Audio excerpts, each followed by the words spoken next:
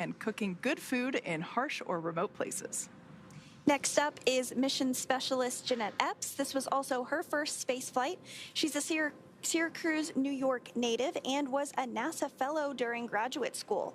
She then worked for a NASA fellow during graduate where she received a U.S. patent for her research into auto collisions and countermeasure systems. Then after leaving Ford, she joined the Central Intelligence Agency, or CIA, for 7 years, working as a technical intelligence officer before she became a NASA astronaut in 2009. She has a Master of Science and Doctorate of Philosophy in Aerospace Engineering, and she's also a twin.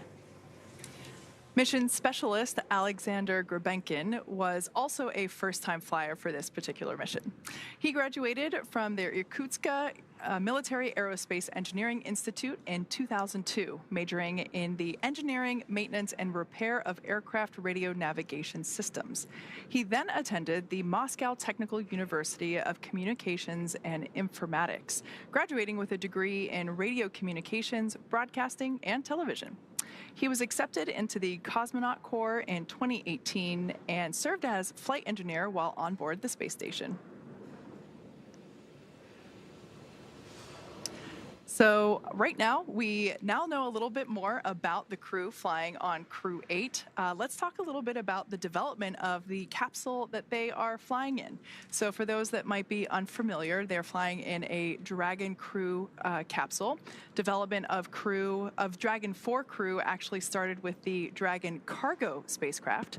The Dragon was designed from the beginning to fly humans to space, so much so that even the very first window, even though there were no people on board, it had a window. Before we could fly humans, our teams implemented a number of design upgrades to make sure both Dragon and Falcon 9 are suitable for flying people, and then put both vehicles through thousands of tests to prove their safety. Dragon itself is capable of carrying up to 7 passengers. It is the only spacecraft currently flying that is capable of returning significant amounts of cargo to Earth, and is the first private spacecraft to take humans to the space station. Dragon also is fully autonomous, which means that it can fly itself, but it also features full manual override capabilities in case of an emergency. Now, standing at almost 27 feet tall from the bottom of the trunk to the top of the nose cone there, Dragon is composed of 2 main elements: the spacecraft, which is designed to hold crew and pressurized cargo, and that's the portion at the top, as well as an unpressurized section known as the trunk, which we spoke a little bit about earlier. At the top of the pressurized section of the spacecraft is the nose cone, and that protects the docking system and also the Guidance Navigation Control System, or GNC system. The nose cone opens for docking and remains attached to the Dragon spacecraft the entire time, unlike the previous version of Dragon, where the nose cone, we jettisoned the nose cone, and ultimately keeping that attached helps us toward our reusability efforts. Now, opposite of the nose cone is the trunk. That is that unpressurized section at the bottom that I mentioned. It provides attachment points for Falcon 9, the Dragon spacecraft, and for cargo. One half of the trunk is actually covered in solar panels that provide power to Dragon during flight and while it's on station. That is the black side of the trunk. The other half, which is painted white, contains a radiator that rejects heat from the active thermal control system to space using our new Pika tiling technology. The trunk now also has new aerodynamic fins, which provide stability in the event of an emergency abort.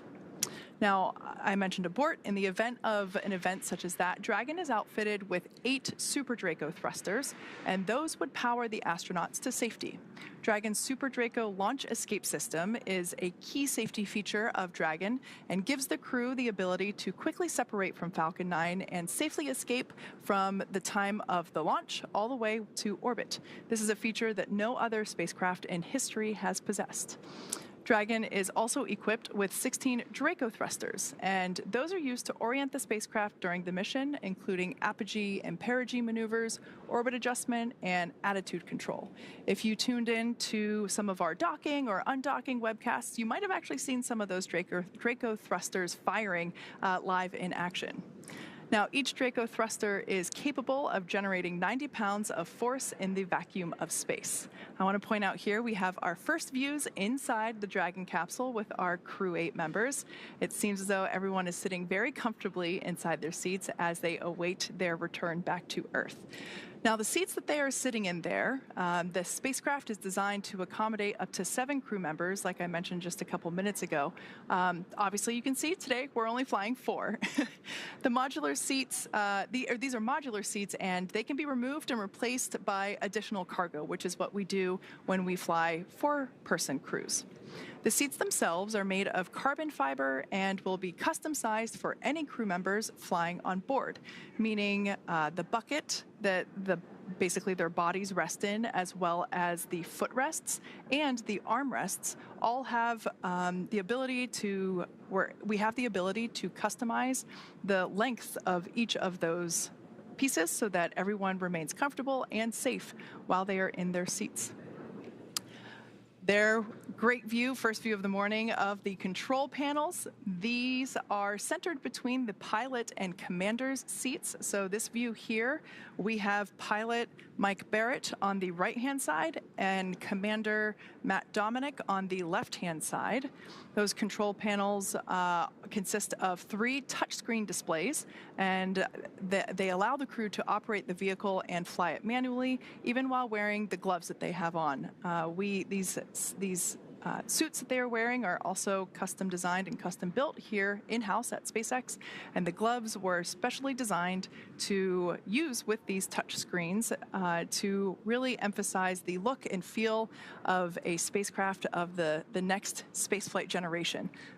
This particular capsule, we mentioned earlier that this is Capsule Endeavour. I personally have some really fond memories of this capsule, as this was the Demo 2 capsule that first flew Bob and Doug on the very first mission that carried humans into space in a Dragon capsule. I personally have worked inside this capsule while we were doing the initial build of it. I remember looking out that window right there at the feet of Jeanette Epps, and it's so incredible to see that this capsule is now about to complete its 5th spaceflight mission. It's truly something, isn't it, Sandra? It is, and another fun fact about this particular spacecraft, Endeavour is completing the longest cumulative time in space that any U.S. spacecraft has ever experienced, and this is the longest single space flight for a U.S. spacecraft ever, at 235 days in space, of which 234 were docked to the International Space Station. So to prepare for some of the upcoming events, Dragon is currently doing a couple of things autonomously. First, it's isolating the thermal control system fluid loops from the radiator that you were discussing, that white portion on the trunk. This system is what will help keep the internal temperature of Dragon comfortable for Matthew, Michael, Jeanette, and Alexander during their re-entry. Dragon is also initiating separation of the claw mechanism, which will terminate data, power, and fluid connections between the spacecraft and the trunk in preparation for trunk separation. Now, Dragon Endeavour has flown on several other missions for NASA, including, as you mentioned, Demo 2, the first launch of Dragon Endeavour on May 30th, 2020 to the International Space Station. Next up, it flew Crew 2, which launched in April of 2021. That was actually the first flight I ever got to see in person at the Kennedy Space Center, so that one is a little memorable to me. That was my second that I got to see in person. Oh, it was just beautiful. It was a pre-twilight launch, gorgeous. Deorbit sequence start in 2 minutes. Dragon copies. And with that call down from the core here in Hawthorne up to Matt Dominic, the commander of Endeavour, letting us know that we are nearing the deorbit sequence start. Things are continuing to move along smoothly this morning. So just again to cover the missions that Endeavour has flown on, it first flew DM2, then Crew 2. Next up was Axiom 1, the first commercial astronaut mission to the International Space Station, which launched in April of 2022. Then Crew 6, which launched in March of 2023. And of course, now Crew 8, which will be returning home this evening in just about an hour and 15 minutes or so from now. I want to point out here in this view that we have there, just above their heads in the background, we see some sticker patches those are the mission patches that are placed on in the capsule by the previous crews. So you were mentioning all the other missions that this capsule has supported. Those were actually the mission patches, but in sticker form that we saw there in that previous shot. Now, Dragon Endeavour is named after the Space Shuttle Endeavour, which completed 25 missions into space. Some of Endeavour's missions included capturing and redeploying the stranded Intelsat 6 communication satellite, launching Mae Jemison, the first African-American woman astronaut into space, performing the first servicing mission for the Hubble Space Telescope, and delivering the Unity module to the International Space Station. So some big shoes to fill, and Space Shuttle Endeavour is the shuttle that is here in Los Angeles. We're eagerly awaiting for the new display to wrap up, and we'll be able to see it in its vertical launch position. But yeah, that's what this Dragon capsule is named after. Yes, absolutely. I'm very much so looking forward to that being completed to check it out. I've seen a couple of the other space shuttles, but not that one just yet. And I did just want to make one quick correction. Splashdown is targeted for 12:29 a.m. Pacific time, so less than an hour from now. So we are looking forward to that. But as you mentioned, the next major milestone that we will look towards is that claw separation, and then the trunk being jettisoned, and then deorbit burn, nose cone deploy. So things are really going to start moving. Deorbit sequence start. And there you heard it. That is great news. So that call out indicates that the entire sequence, some of those events Sandra just mentioned, is now beginning. So it's not necessarily the deorbit burn. It's a little confusing there. It is the deorbit sequence as a whole. So we're now in that phase, and like Sandra said, claw separation, which is the mechanism that keeps the trunk attached to the Dragon capsule, will be released, and we will jettison the trunk, which will leave the heat shield at the base of the pressurized section exposed, which is very important given that the heat shield is what is going to be doing the majority of the work during the re-entry phase.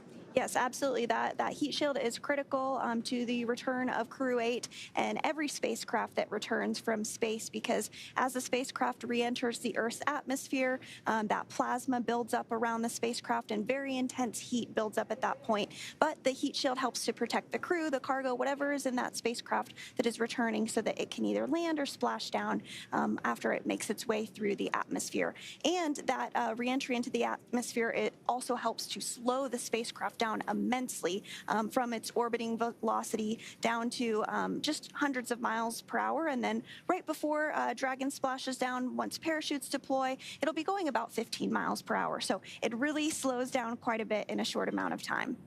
Now, coming up next, like we said, we are standing by for the call out for claw separation. We expect that to be in 1 minute at 11:34 p.m. Pacific time, 2:34 Eastern time.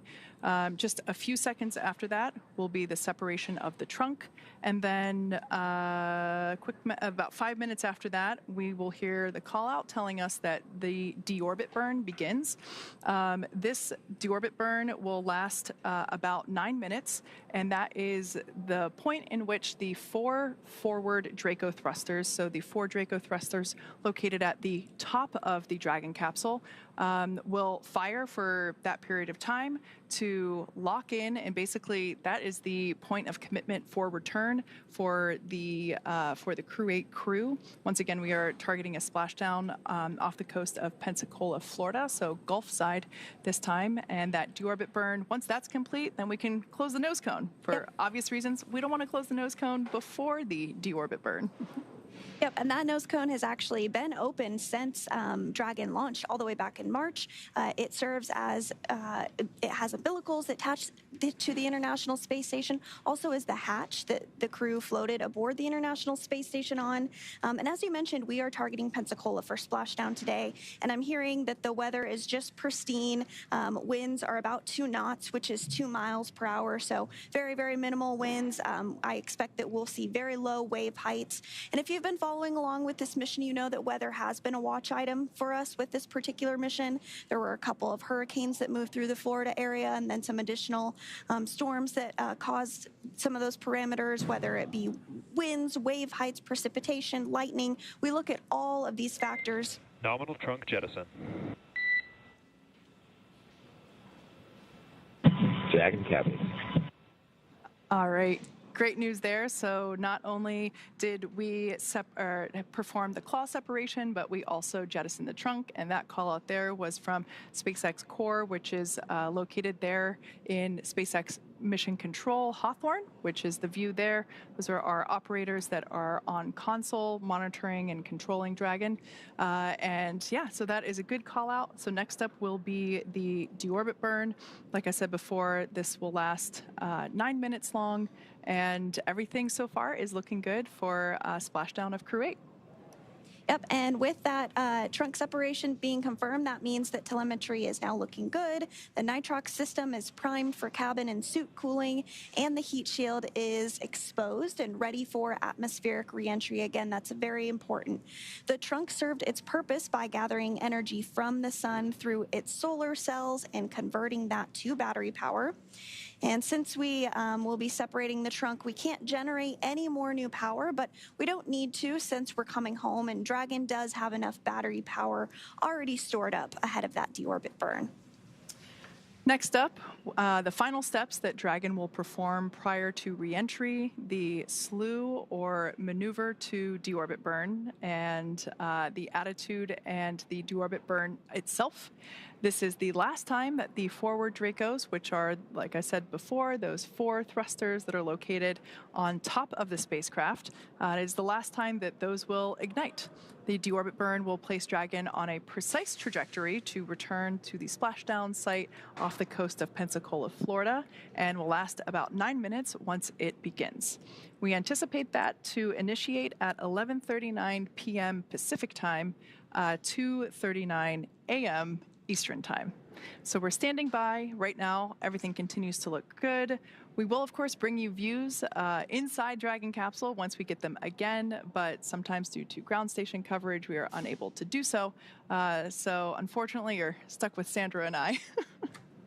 And I am hearing that Dragon is in that deorbit burn attitude, so just another milestone as we plug ahead this evening. And it's very important that that angle is correct for the deorbit burn, because if you go too high or too low in the atmosphere, you're not going to come in at that right trajectory and have the heat shield be able to do its job, and then of course you wouldn't be splashing down in the targeted zone. So Dragon is in that deorbit burn attitude, and we will stand by for the deorbit burn to begin in just about a minute from now.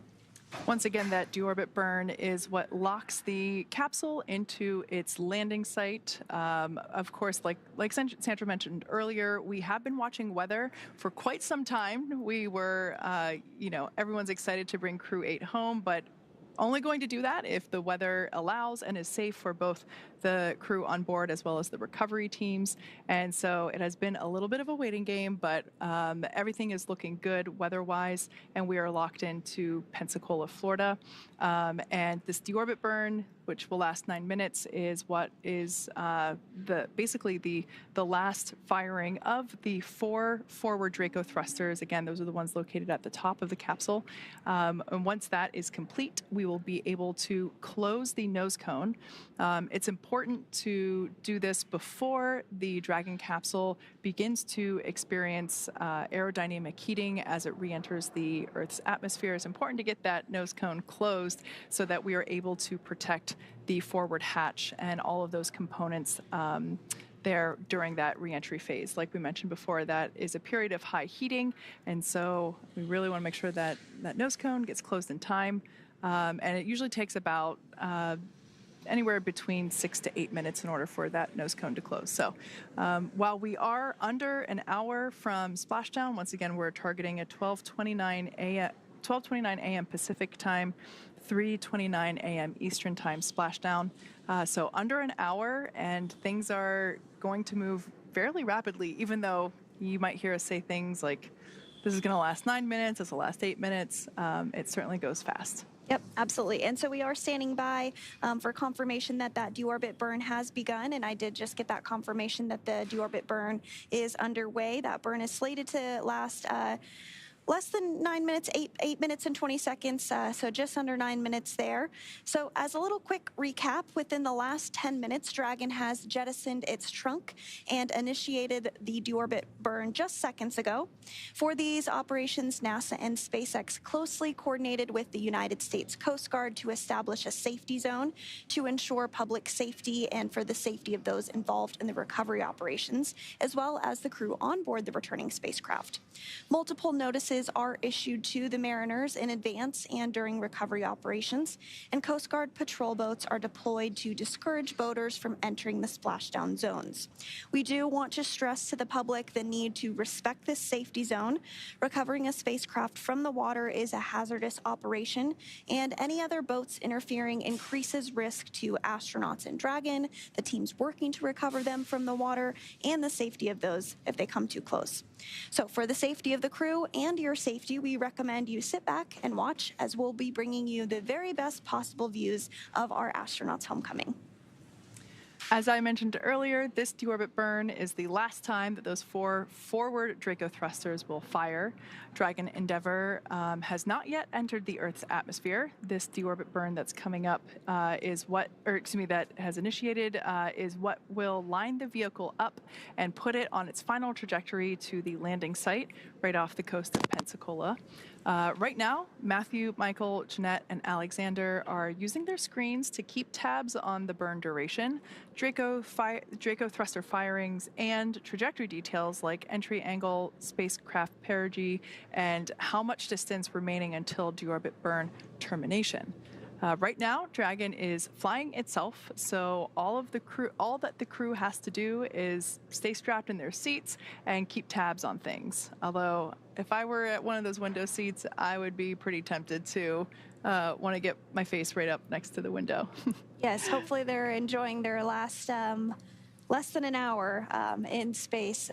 They did have about 34-hour period from undocking to when they will splash down. So the crew had the opportunity to get out of those spacesuits, have a meal, get some rest. But right now they are suited up, as we call this a dynamic period of the flight. So during launch, the crew is suited up, during the docking, during undocking, and then during splashdown operations.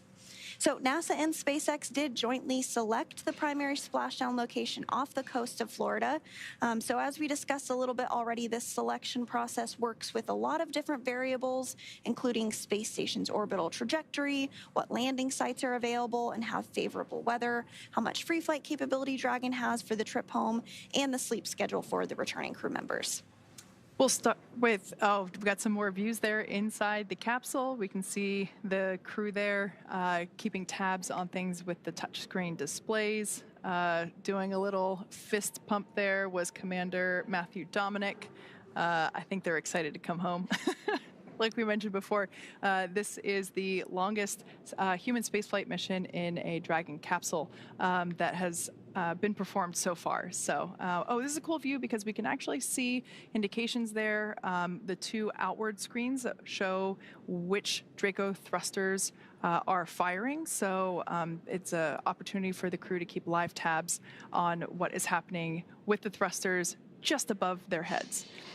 Now, getting back to the return or the splashdown sequence, we start calculating daily return options based off of the space station's current orbit and Dragon's capabilities to maneuver and line up for re-entry.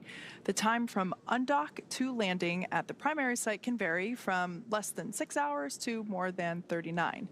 Getting home the quickest comes with some obvious benefits, but we always have to make sure that the crew is properly rested for dynamic operations and preventing us from scheduling 20-plus hour days for them. Trajectory and ballistics experts provide the daily opportunities that would line up Dragon with the 7 landing zones and split them into what we call ascending and descending opportunities. And we are now over halfway through that deorbit burn. Dragon is using its Draco thrusters after leaving station to execute a series of altitude lowering maneuvers and to line it up with the selected primary site off the coast of Pensacola, Florida. It can also change to different alternate sites while in free flight if sudden weather moves in that we'll need to avoid, but we don't have any of that happening today. And weather is something we are constantly looking at, making the final call to proceed about 2.5 hours before the crew undocks. So for the crew 8 return, we looked at a number of weather items. Some of the obvious ones are no rain or chance of lightning in the recovery zone, both for the safety of the crew inside Dragon and for the recovery teams on the water.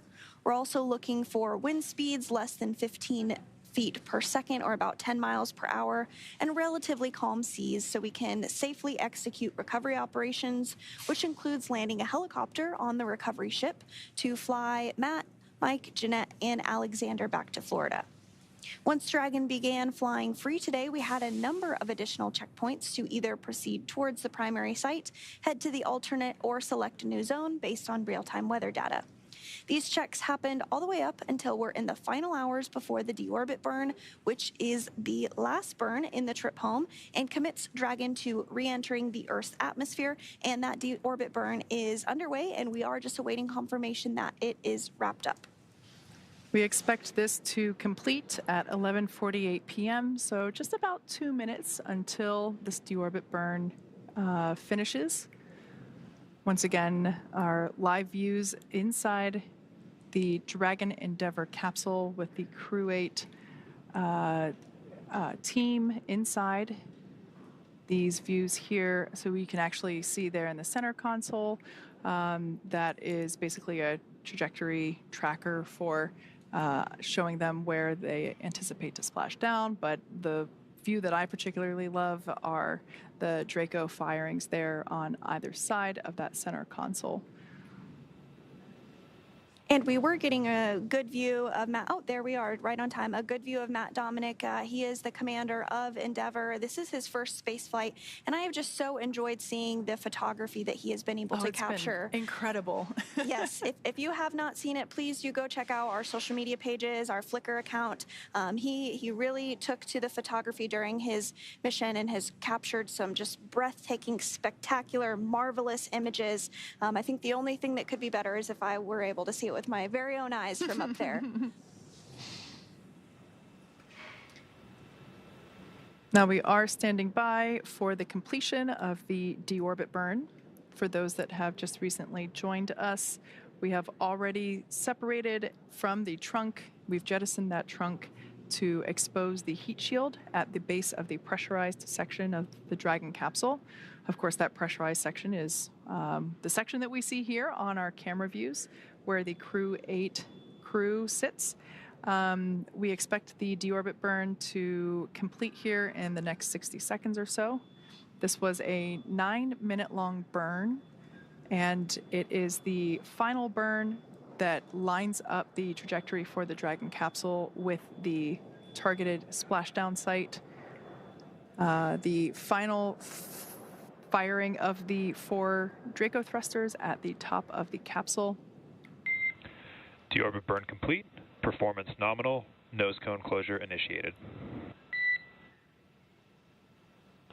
Dragon Cappers.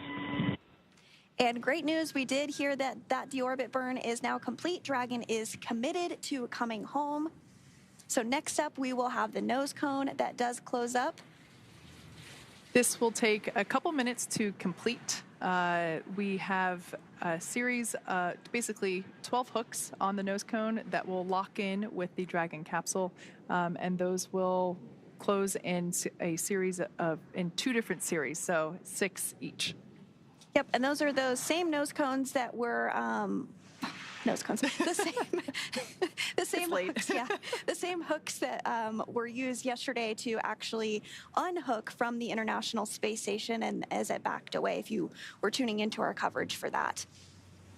So in the background, Dragon is currently inhibiting those forward bulkhead Draco thrusters that we just used to complete the deorbit burn, ensuring it's safe to latch the nose cone shut for re-entry. Also, the vehicle will begin to initiate that nitrox suit purge. This helps Matt, Mike, Jeanette and Alexander stay cool and comfortable during re-entry, which is coming up in about 20 minutes or so from now. At this point, the nose cone again is closing and protecting the forward hatch for re-entry. And the crew will continue to use their screens to monitor the locking of the nose cone, which is done by that set of hooks, 12 in all. So we did hear that nose cone close is underway. We expect it to be closed in about a minute or so. And again, this nose cone has remained open since the crew launched all the way back in March. This was nearly an 8-month mission that the crew spent aboard the International Space Station conducting science, performing research, investigations on not only themselves, but on a variety of topics from physics to flame studies. But it is interesting that the crew themselves actually is a part of the science experiment. The International Space Station has been continuously occupied for over 20 years, and we continue to learn more and more about how the body adapts to microgravity. And it looks like we are starting to see a view there of the nose cone as it does begin to close up. You can see that on your screen. Expecting that nose cone to be fully closed in just moments from now.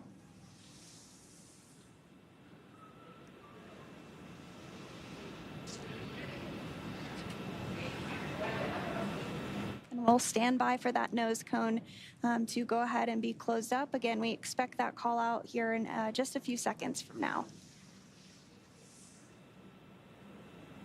While this nose cone closure is underway, this is the final physical change that Dragon will undergo today. This, like we mentioned earlier, we jettisoned the trunk, and now we're closing the nose cone. And once that nose cone is closed, Dragon is basically in its final configuration and ready to begin its re-entry period through the Earth's atmosphere. As we mentioned earlier, that period is a period of time of a high dynamic loads or aerodynamic loads and heating. So the heat shield will be doing quite a bit of work during that time and helping to slow the capsule down significantly. In fact, right now they are still going at orbital velocity, and when they begin to re-enter the atmosphere is going to be pushing back on the capsule and helping to slow it down. And that energy turns into heat at the base of the heat shield, and that heat shield helps protect the crew and the capsule during that phase. By the time that the drogue parachutes deploy and help slow the capsule down even more, basically that re-entry period sees a deceleration from 17,500 miles per hour down to 350 miles per hour. So while the atmospheric re-entry is we see the Dragon capsule come back with some, toasty marks on it. It's for good reason. It really actually helps do quite a bit of work to help slow the capsule down itself. So we are standing by actually I did just hear that we have confirmation that the nose cone is now closed. So nose cone closure is complete. And we basically move into the second half of entry. Dragon is now beginning to inject cooled nitrox into the air that is being delivered to the suits worn by Matthew, Michael, Jeanette, and Alexander. Again, this is what will allow the crew to remain comfortable while those external temperatures outside of Dragon reach 3,500 degrees Fahrenheit.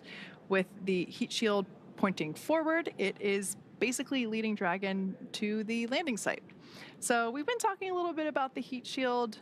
Dragon's primary heat shield is comprised of PICA 3.0, which stands for Phenolic Impregnated Carbon Ablator. First gen PICA was actually initially developed by NASA for studying and sampling comets within our solar system. That's right, and SpaceX partnered with NASA to develop Pika-X, which was the second-gen product used on all Dragon 1 cargo resupply missions that successfully resupplied the International Space Station on 20 missions. Pika 3.0 was developed specifically for use on Dragon 2 crew and cargo with enhanced structural and thermal properties that optimized the heat shield and drove down cost and mass. The remainder of Dragon is composed primarily of a SpaceX proprietary ablative material. It's another class of thermal protection which is lighter weight versus Pika and protects the underlying composite structure during that re-entry phase to ensure that the structural capabilities are maintained, and that also helps to make sure that our Dragon capsules are easily and rapidly reusable. And while Dragon will experience temperatures well over 3,000 degrees Fahrenheit during peak reentry conditions, the characteristics of the TPS, or thermal protection systems, coupled with the Egress environmental control and life support system in the pressurized interior will ensure that Matt, Mike, Jeanette, and Alexander stay cool and comfortable during all phases of reentry through Splashdown. And again, we are now less than an hour away from Splashdown off the coast of Pensacola, Florida. Targeting that splashdown at 12:15 a.m. Pacific time. And we are now less than 20 minutes away from the start of that 7-minute blackout period where we won't have communications with the crew due to that blackout period as the ionization builds up around the heat shield we just discussed. Now, after Dragon Endeavour has re-entered the Earth's atmosphere, we will deploy a series of parachutes to help slow the crew's descent. First will be the 2 drogue parachutes, followed by Nose cone secured for entry. Dragon capsule, straight news. All right, great news there. Confirmation that all 12 hooks of the nose cone are in place and that nose cone is now secure and closed.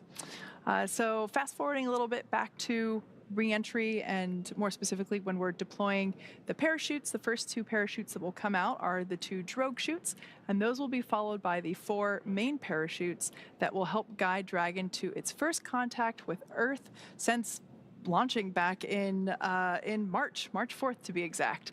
Dragon will automatically deploy these parachutes when different pressure and positioning sensors on the spacecraft detect that they are at the right speed and altitude.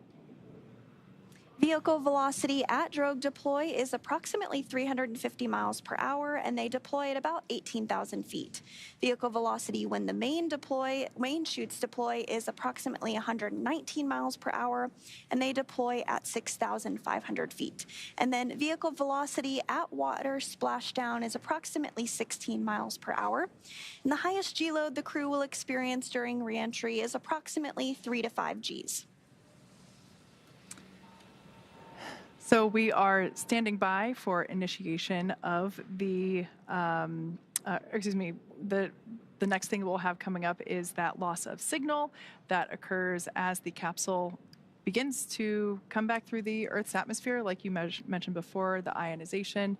Right now, we actually have a view there of mission control here in Hawthorne. Those are the Dragon controllers sitting on console, monitoring Dragon's progress as they have been all throughout the mission. We have Dragon controllers on console 24/7 while Dragon is on orbit. And this view here is actually a view from our recovery vessel Megan, a beautiful moonshot. Wow, that is super clear and very cool to see. Yeah, absolutely. The recovery team did deploy out to the vessel a short time ago, about an hour before splashdown, and some members do go a little sooner than that. It just depends on the role. But there's an entire team that helps to support the splashdown, and we'll talk through all those operations. You'll see a lot of the folks on camera this evening, but it looks like they are getting a beautiful view of the moon and soon to be a beautiful view of Crew 8 as they re-enter the Earth's atmosphere. Now, sometimes sometimes we do have a path in which Dragon re-enters over places that it can be seen. This one, unless you are in the southern tip of Mexico, it's not a great view for the coastal United States, but if you are in the southern tip of Mexico, you might have a chance of seeing it. Or if you're on a boat in the middle of the Gulf of Mexico, look up and see. It'll look like a very bright comet or shooting star streaking through the Earth's atmosphere as it re-enters. So this view, once again, coming to us from our recovery vessel Megan out in the Gulf. We will actually also have views of the capsule re-entering from this vessel as well, we hope.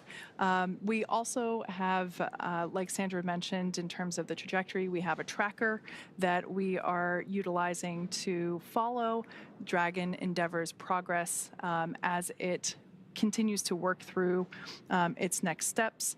Once again, we have successfully jettisoned the trunk. We have completed the 9-minute deorbit burn.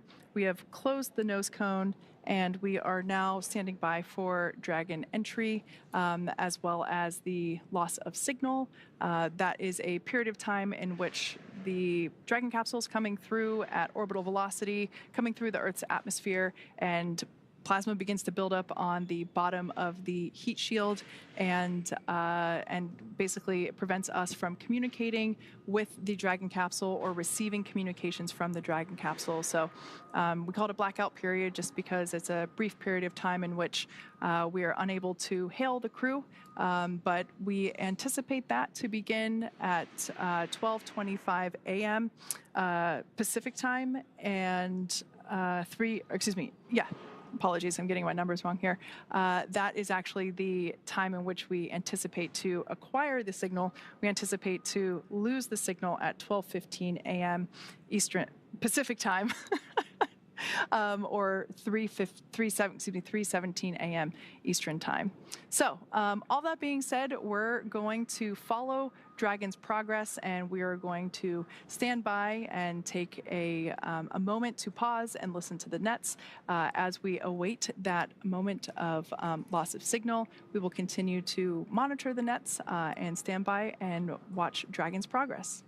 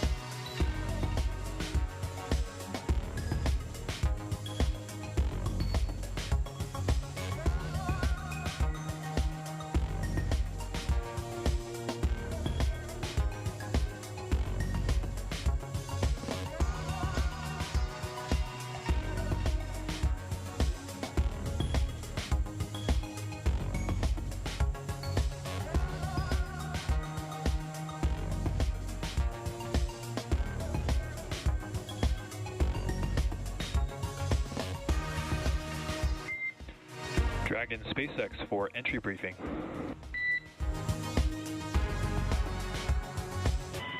Dragon's ready. All right, Endeavour, good to report that there are no deltas to the timeline. The team right now is tracking no issues on Dragon, and our landing site weather still looking beautiful with a wind speed of 3 knots, a wave height of half a foot, and a wave period of 6 seconds. How copy? That is tremendous, tremendous news. We're going to go visors down, our sights are secured, and our restraints are tightened. Copy that, Dragon. Crew entry preparations are complete.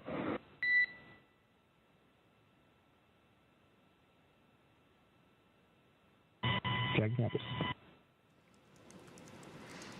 All right, so great news there as we heard SpaceX Core call up to the Crew8 team, letting them know that there are no changes to the anticipated timeline. So still tracking a 12:29 a.m. Pacific, 3:29 a.m. Eastern Time splashdown off the coast of Pensacola, Florida. We also heard great news about the weather. It's pretty calm. While we haven't seen the view of the water surface yet, I have a feeling it's going to be rather glass-like based on the description of a 0.6 wave height and 3 knots of wind speed. So all in all, really good news, and it's still looking great. Like I mentioned, 12:29 a.m. Pacific time. So 22 minutes from now, we'll have the Crew8 crew back on Earth. Yes, and that comes after a mission duration of 235 days in space. The crew traveled 99 million statute miles during that time period. They saw the arrival of 8 visiting vehicles and the departure of 8 visiting spacecraft. Some of those were crewed spacecraft with other crew members on board. Some of those were cargo resupply missions. So it has certainly been a very busy increment for them. There was also one spacewalk that took place with NASA astronaut Mike Barrett and NASA astronaut Tracy Dyson, who has since returned back to Earth. But that spacewalk did last 31 minutes, and Barrett has now conducted 3 spacewalks in his career for a total of 5 hours and 37 minutes in all. Wow. That's really impressive. So once again, for those that have just recently joined us, the Crew8 capsule Dragon Endeavour is making its way back to Earth. We are anticipating a splashdown of 12:29 a.m. Pacific, 3:29 a.m. Eastern Time off the coast of Pensacola, Florida. The next event that we have coming up will be the anticipated loss of signal. This is a brief, about a few minute long period in which we are unable to communicate with the capsule or the crew. This happens every time we bring a Dragon capsule back to Earth. We anticipate the loss of signal to begin at 12:15 a.m., so just 6 minutes from now, and that is a result of the plasma that's building up on the exterior of the capsule. It's a moment in which it gets really hot on the outside. The external temperatures can reach up to 3,500 degrees Fahrenheit, but thanks to the thermal protection systems around the exterior of the Dragon capsule, as well as the cool air that's being flowed through the suits that the Crew8 astronauts and cosmonaut are wearing, they stay relatively comfortable and cool during the entry phase, so nothing to worry about there. But we do anticipate the acquisition of signal to come back at 12:22 a.m. for a total of a roughly 7-minute period of blackout. That's not exact. Sometimes we're able to get comms back a little bit earlier, so you'll actually hear SpaceX Core, the crew operations and resource engineer. That is the voice that we've been hearing throughout the events today, speaking to Commander Matt Dominic. You'll actually hear the SpaceX Core begin to hail the crew a little bit earlier, just to see if we get those comms back. Yep, absolutely. And so the crew is suited up during this portion of the flight, and they will remain through all the actual splashdown and once they're removed from Endeavour as well. But the spacesuit's primary function is to protect the crew in the event of a cabin depressurization. So if that were to occur, the suit would inflate to provide a habitable environment long enough for the crew to return home. 5 minutes until anticipated LOS. We'll see you on the other side at 0723 Zulu. Dragon copy 0723 Zulu. See you on the other side. Good readback. And those words from the Corps here in Hawthorne up to the crew 8, particularly to Matt Dominic, who is the commander of Endeavour, letting them know that they'll see them on the other side of that blackout period, expected to end at 12:23 a.m. Pacific time this morning. So again, the spacesuit does help to protect the crew if needed. It is flame resistant as well. In the outer layer also helps to protect the crew in any event of a fire. It's also custom tailored and is a single piece suit. This means that the helmet, gloves, and boots all remain attached. The helmet is made from 3D printed nylon and has a visor that pivots open. The quick disconnect, or QD, on the right thigh mates to an umbilical on the seat and provides air for ventilation, oxygen, nitrox for pressurization, and allows for the electronics to be connected all from a single location on the suit. A tubing network inside the suit delivers air to the neck and limbs to keep the crew cool while wearing the spacesuit. And the suit's communication system consists of helmet-mounted microphones and in-ear speakers, which the crew has been using to communicate with the ground. It takes less than 15 minutes to put on the spacesuit, and this is what we call an intravehicular activity, or IVA suit, designed for use inside Dragon. When the astronauts move onto the International Space Station, the suits do stay on board Dragon. And then the astronauts wear NASA's extravehicular activity suit, or EVA spacesuit, when outside the International Space Station conducting those spacewalks. So everything continuing to go smoothly this morning. We are awaiting the next major milestone, which is the blackout period, when the crew does begin to re-enter the Earth's atmosphere, and we'll start to feel some of that pull of gravity for the first time in nearly 8 months since their launch back in March. Live view there of the team on console continuing to monitor Dragon as it makes its way back to Earth. That is SpaceX Mission Control, located in Hawthorne, California.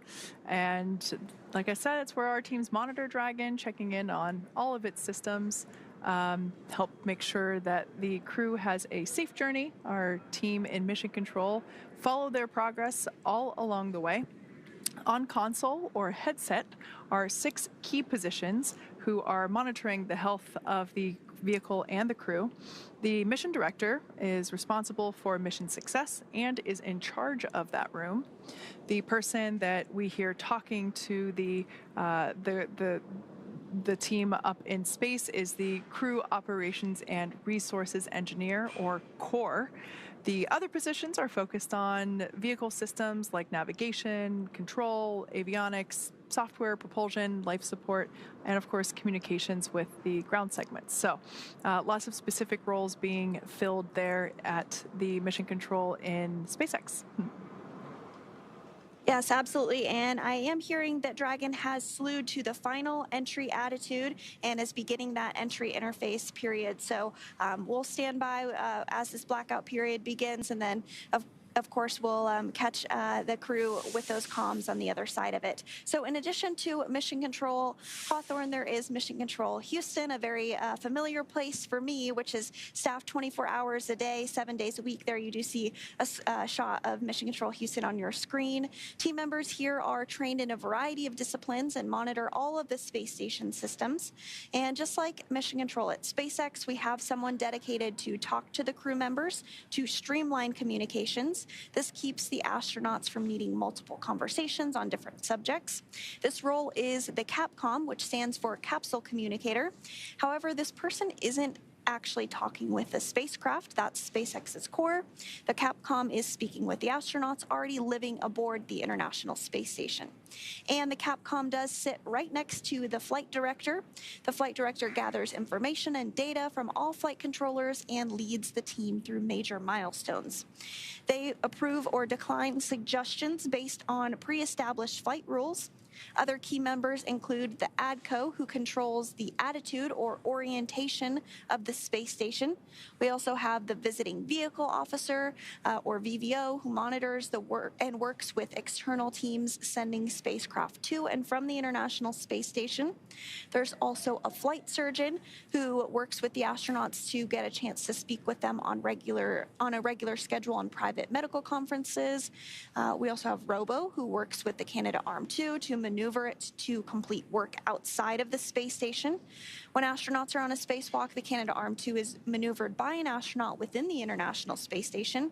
And there are many other positions and team members who monitor the station's solar arrays, the astronauts' schedules, and even where every single piece of equipment and cargo is stored. So it takes a tough and competent team to make a mission successful.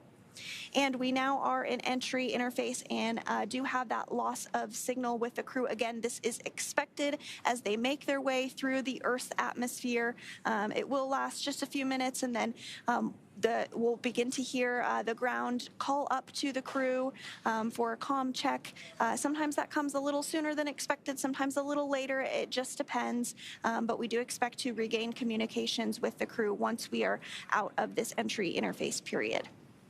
Right now, the crew on board Dragon Endeavour, of course, our team of crew8, the 3 NASA astronauts and 1 Roscosmos cosmonaut, they are themselves monitoring the entry phase.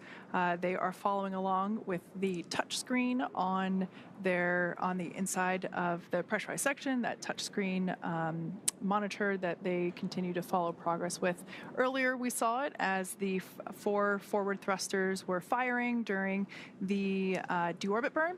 So now they continue to monitor that. They are adjusting their cameras in preparation for drogue shoot deploy.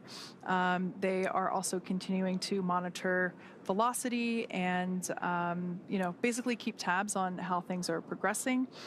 Like we mentioned, the period of loss of communication, which is what we are now in, we anticipate that to end, also known as AOS, or acquisition of signal.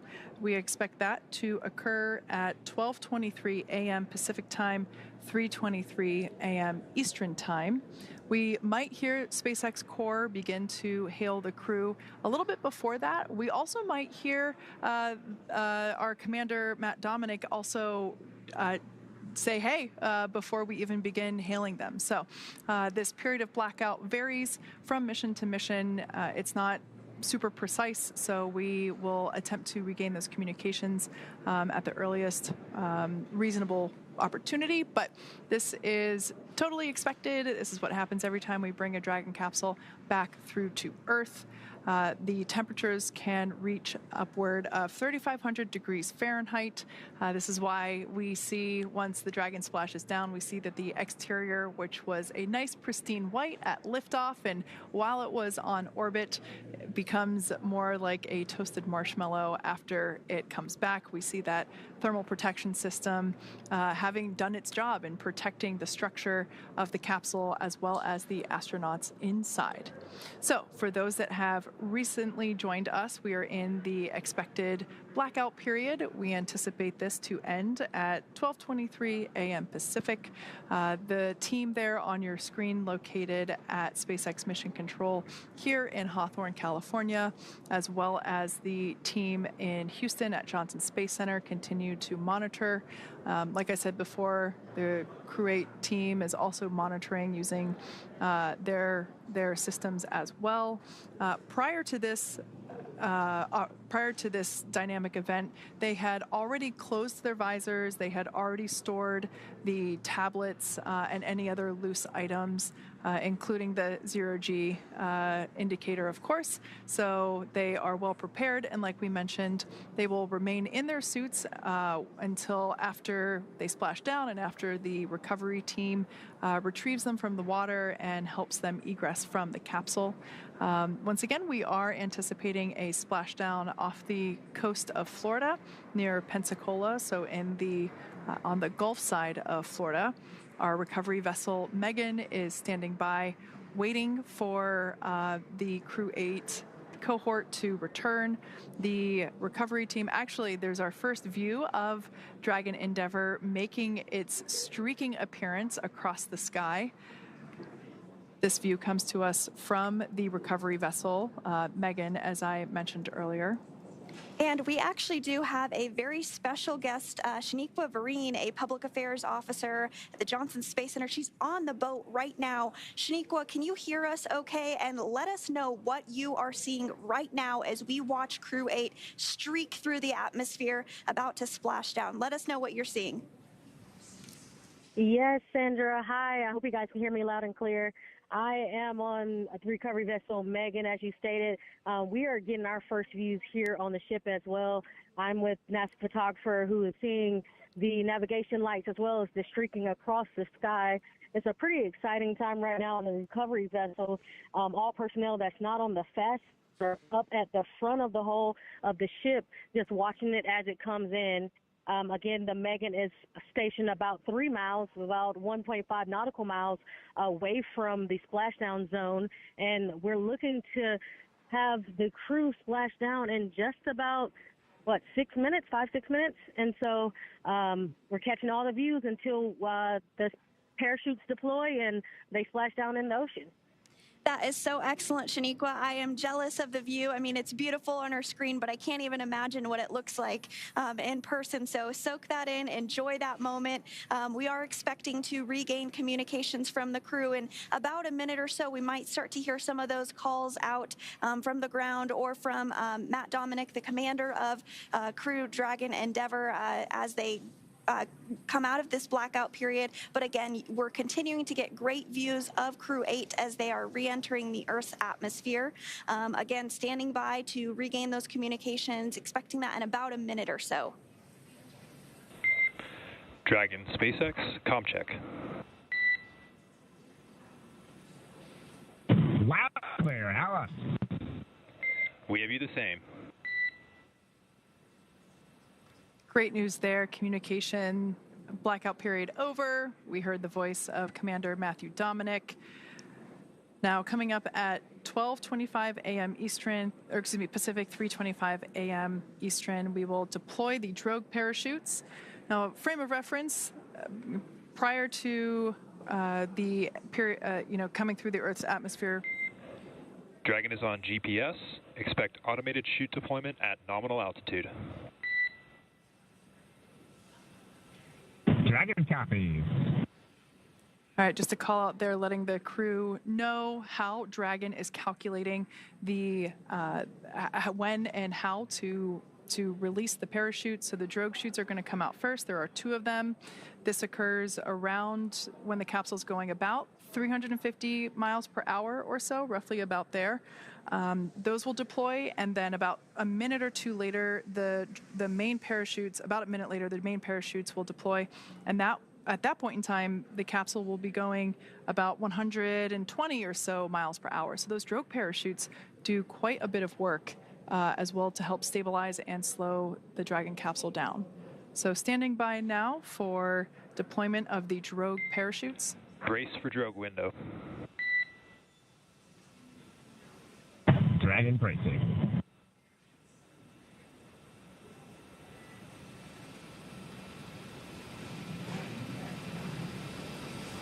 And this view again is from the WB-57. That's one of our high altitude planes as it continues to track Dragon ahead of those drogue parachutes being deployed. And shortly after that, we'll see the main parachutes deployed. But we'll stand by for those drogues to go ahead and get deployed.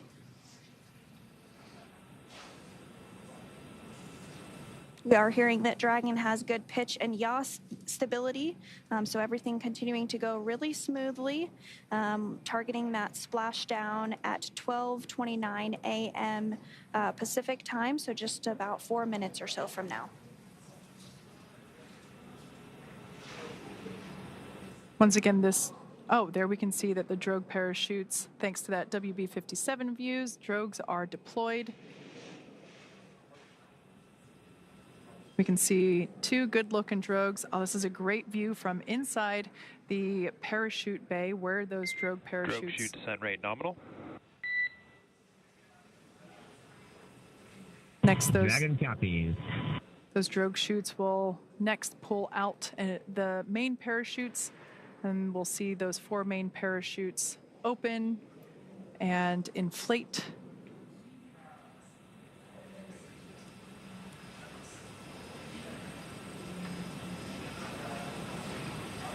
Once again, Dragon is, we can see deployment there of the 4 main parachutes. Dragon is doing this autonomously, releasing each set of parachutes. We can now see those 4 main parachutes begin to inflate.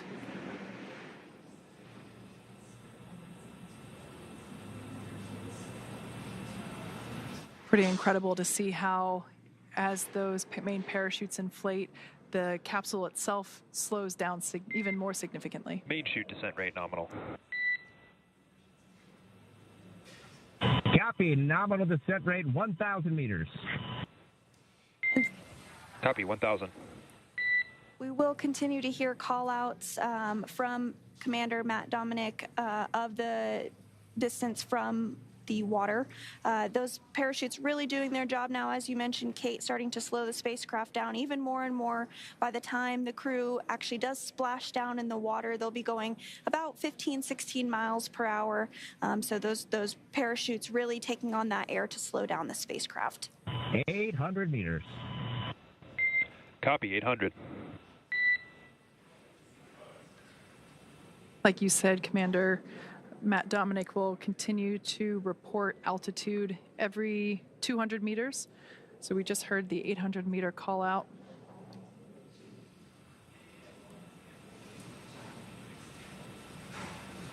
And we also heard that the descent rate was nominal or as expected. Another good call. 100 meters. A good call out there. Copy, 600.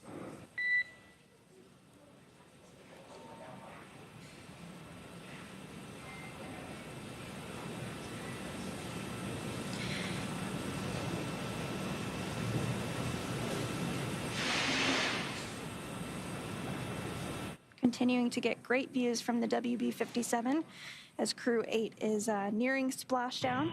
400 meters. Copy, 400.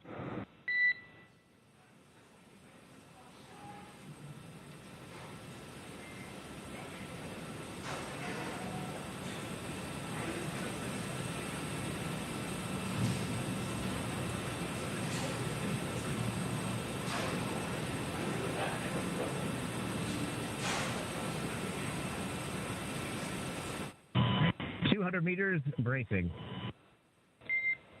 Copy, 200 and embraced.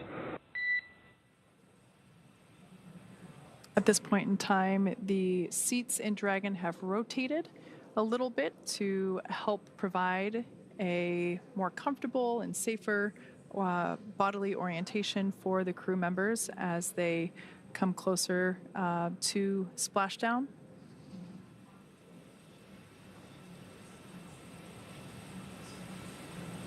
Like we said before, the capsule's going about 15 or 16 miles per hour.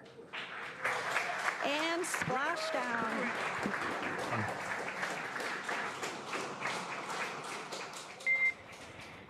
And Endeavour, we see the same. On behalf of SpaceX, welcome home. And as you can see on your screen, we do have visual confirmation. Teams, what an incredible hot ride.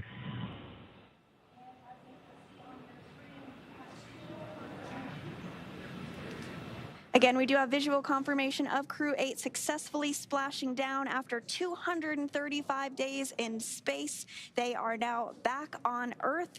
Dragon Endeavour has returned home, and NASA astronauts Matt Dominic, Mike Barrett, and Jeanette Epps, and Roscosmos cosmonaut Alexander Gurbankin are back on Earth after an approximately 34-hour return journey from space.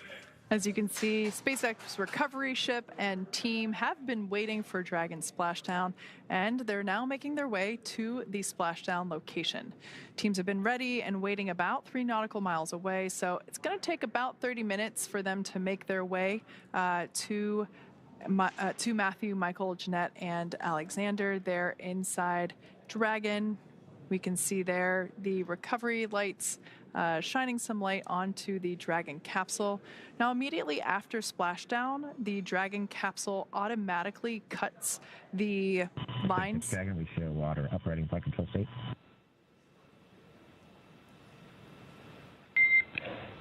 SpaceX copies. We see the same. So that was just Commander Matt Dominic reporting the orientation in which Dragon is now in, which we see there on your screen. Like I mentioned before, the Dragon capsule automatically cuts. SpaceX, we stable 1. Copy and concur. Stable 1. Dragon automatically cuts the lines to the parachutes, so we will see some of the recovery team in the fast boats, which are now approaching the splashdown site. We'll see a couple of those boats divert over to where the parachutes landed, as we will retrieve those from the water. We will also see a fast boat approach the Dragon capsule. That team is responsible for making sure that there are no remaining hypergolic residue on the capsule after it has spent significant time in space. Those hypergolic propellants are what are used to maneuver Dragon on orbit, and they are toxic to people here on Earth. And so we want to make sure that the recovery team is safe, so we'll see that fast boat approach and perform initial safety checks to make sure there are no hypergolic residuals there on the exterior of the capsule. We'll then see that team begin to rig up the Dragon capsule with some fittings, some straps that will ultimately be utilized to lift the capsule on board our recovery vessel, Megan. And we did have a good view there just a minute ago, and you can kind of see it here. The water is almost mirror-like. It's quite smooth. Very beautiful weather there off the coast of Pensacola for these recovery operations. So as you mentioned, they are going to begin to assess capsule safety. We do see some of those fast boats begin to approach, and they're going to do some of those sniff checks, make sure that everything is as expected before they continue with the operations of bringing Dragon closer to the recovery vessel and then eventually lifting it on. So we are now eagerly awaiting the recovery of our Dragon spacecraft with NASA astronauts Matt Dominic, Mike Barrett, and Jeanette Epps, as well as Roscosmos cosmonaut Alexander Gurbankin inside. So Dragon has already autonomously completed several steps to safe itself following splashdown, and we are continuing to see those views of the fast boats. They do have the go to approach. So for those of you just joining us, the mission has gone smoothly so far. Dragon successfully splashed down off the coast of Pensacola at 12:29 a.m. Pacific, 3:39 a.m. Eastern this morning. Dragon, SpaceX is go for recovery personnel to approach. Expect personnel alongside in approximately 1 minute. Dragon, you guys are fast. I always love that call out because, you know, it is not common to have people on the outside of your spaceship. So I love that we just give the team a heads up that they should expect people to begin climbing around their Dragon capsule. Now, approximately 34 hours ago, Dragon autonomously undocked from the International Space Station, completed a series of departure burns, jettisoned its trunk section, And then, as we saw just a little bit ago, performed its final burn, the Deorbit burn, which placed the Dragon capsule on a trajectory toward Pensacola, Florida. Dragon successfully re-entered the Earth's atmosphere, followed by deployment of its parachutes to slow the spacecraft down to a gentle splashdown. So we're now going to follow along with the final part of Matthew, Michael, Jeanette, and Alexandra's journey as Dragon is prepared to be lifted out of the water and placed on the recovery boat. And you might have heard a call out a couple of minutes ago for something called Stable 1. There's a couple of different configurations that Dragon can land in. Stable 1 is the configuration that we are hoping for. So this means it's in the ocean and upright as expected, as you see on your screen as the lights do shine on it. So those fast boats continuing to approach and get closer. These will be the first human beings that Crew 8 has seen outside of their spacecraft since they were being strapped in ahead of launch by the closeout team at the Kennedy Space Center in Florida. So upon detection of landing, Dragon automatically did release the main parachutes to prevent wind from pulling the spacecraft. And then Dragon automatically safed its pyrotechnics still present on the spacecraft and automatically performed additional minor system reconfigurations if needed. So the astronauts will remain seated and in their spacesuits at this point, but the onboard air conditioning keeps things temperature regulated inside the spacecraft so they can be comfortable, and the communication systems on board remain powered so the crew can continue to communicate, and we'll likely hear some of those calls back and forth from the ground to the crew inside Endeavour. Yeah, you mentioned the automatic cutting of those parachute lines. We often talk about how Dragon is autonomous and how it does things itself, but the crew is always there monitoring and ensuring that things are going as planned. So actually, one of the first actions that they have upon splashdown is to listen for the cutting of those lines. And so if for some reason we confirm that the parachutes were unable to be released, the crew inside has the ability to do that manually. So just because they splash down doesn't mean their job is over. Now, in this view here, we can see some of the recovery team there in the fast boats that got that go to approach. We have 2 fast boats in the recovery fleet, which you see there, that have moved rather quickly to that splashdown point. They are being followed by one of the main recovery vessels, which will move into position upwind of the spacecraft. We put it upwind just in case there are any residual hypergolic elements there on the exterior of the capsule. So putting the larger recovery vessel upwind before having the confirmation that there are no residuals, key safety check there. The 2 fast boats have very specific roles. Their first view of our second fast boat. The first one is focused on immediate safety inspection of the spacecraft integrity and checking for any presence of those hypergolic propellant vapors. And this helps ensure that it's safe for the recovery vessel to approach Dragon as well as the rest of the recovery team. Once Dragon... Hypergol sweeps and unfired ordnance checks are nominal. Rigging is in progress. Approximately 25 minutes until capsule lift. Stand by for PMC with the ship flight surgeon and Hawthorne flight surgeon. Dragon.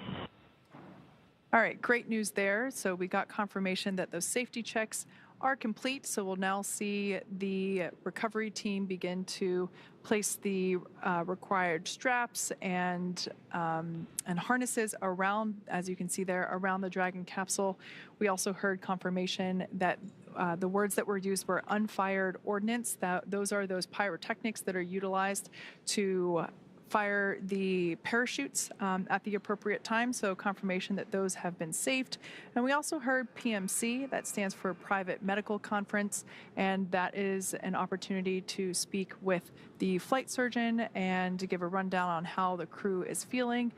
As we mentioned earlier, we have 3 spaceflight rookies, although they're not rookies anymore now that they're back on Earth, and 1 veteran. So Michael Barrett, this is he has now completed 4 space flights. So it's a good opportunity even for everyone to check in with the surgeon and let them know how they're feeling.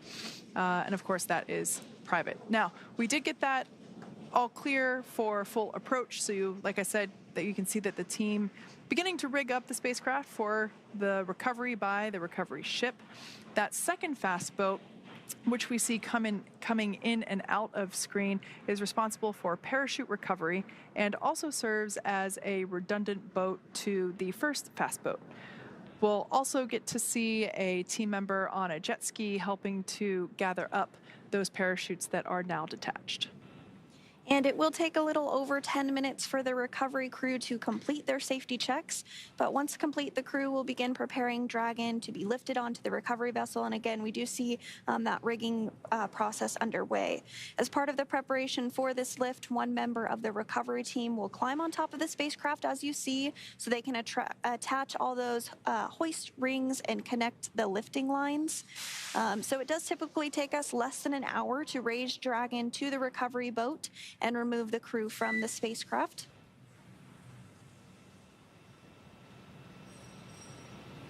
And after medical checkouts, once on board, the crew will return to land within 4 hours by helicopter. Dragon to ground is now public.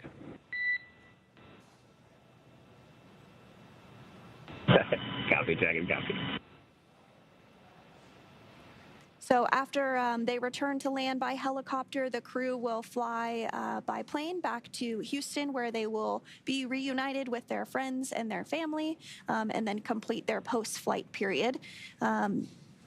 And so again, we were getting some great views of crew 8 after they splashed down. We'll probably get some more great views here momentarily, but everything went very, very smooth this morning. The crew did splash down off the coast of Florida at 12:29 a.m. Pacific time this morning, following their undocking from the International Space Station yesterday. They did have a 34-hour time period in which they were returning back to Earth, now back home safe and sound after 235 days in space, 3 of whom it was their very first time in space. And so this is a view of Mission Control here in Hawthorne, California. The core was the main individual that has been speaking with the crew following their undocking from the International Space Station yesterday. We'll continue to hear some of those calls back and forth from the core, the crew operations resource engineer here at Hawthorne, particularly to Matt Dominic. He is the commander of Crew Dragon Endeavour, so he is the main astronaut that will speak with the core. And it looks like we are getting our first view there on the recovery vessel Megan. That circular object that you see in the center of your screen there, that is actually what we call the Dragon's Nest. That is where the Endeavour spacecraft will be lifted up and placed into. That's why we had to do that rigging ahead of this operation. We had to make sure that all of the harnesses were properly installed in order to hoist Dragon up into the Dragon's Nest. Now, you mentioned communicating with the crew. We actually have a team member on board the Dragon, or excuse me, on board Megan, the recovery vessel that you see there. Shaniqua Vereen, we heard from her a little bit earlier during the just before splashdown. I can't wait to hear how the actual splashdown was. Shaniqua, can you fill us in on what it was to experience that? Yes. Can you hear me? We can hear you loud and clear. All right. I actually repositioned myself from the front of the boat to the back of the boat so I can see the Dragon's Nest and actually have eyes right now on Dragon Endeavour. Everything as far as splashdown was perfect. It was nominal. We could see the bright dragon in the sky coming back to Earth, and it was pretty extraordinary from my point of view. It's entered the atmosphere. We then heard 2 sonic booms, and then pretty soon after we saw some navigational lights, red and then green, and then we saw some parachutes deploy here on the Megan. We then tracked Dragon as it slowly propelled down into the ocean. From here, you guys have been following along a little bit more. I had some better views, I think, of you guys. We tracked the Endeavor down, and we actually saw the parachutes from the fast boat being dragged a little bit here as they were clearing out the area for us to be able to recover Dragon.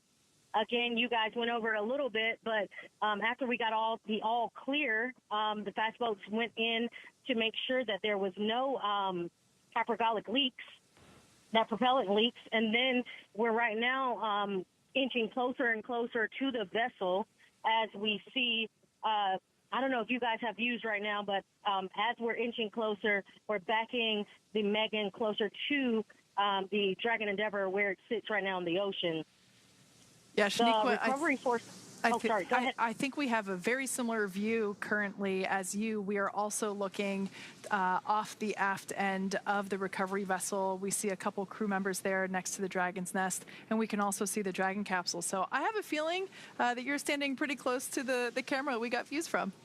Yes, absolutely. And Shaniqua, you know, we have all been tracking this weather pretty closely throughout the return journey for Crew 8. From my perspective, those seas look like glass. Can you tell us about the landing conditions from your perspective? Yes, so we had optimal conditions to actually bring Dragon home today and splash down off the Pensacola coast. The conditions have been more than favorable, I would say. We expected a little chill to be in the air. We're all buckled up in sweatshirts and hoodies here, and it's actually a smooth, like 76 degrees. Beautiful, calm ocean as well as clear skies tonight. We had a couple of the flight docs pointing out the constellations as we were waiting for Endeavor to actually come in view. So it's been pretty amazing and clear. Just blue water. I was looking for dolphins or jumping fish off the side of the boats this time. I had that view a couple recoveries ago, and didn't happen this time, but still quite a sight to view.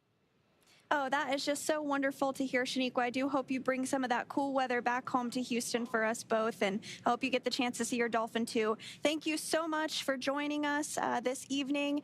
Best of luck to you with the rest of the recovery. We're going to continue to follow along and keep up those live views, but thank you again for joining us. That was Shaniqua Vereen, Public Affairs Officer at the Johnson Space Center in Houston.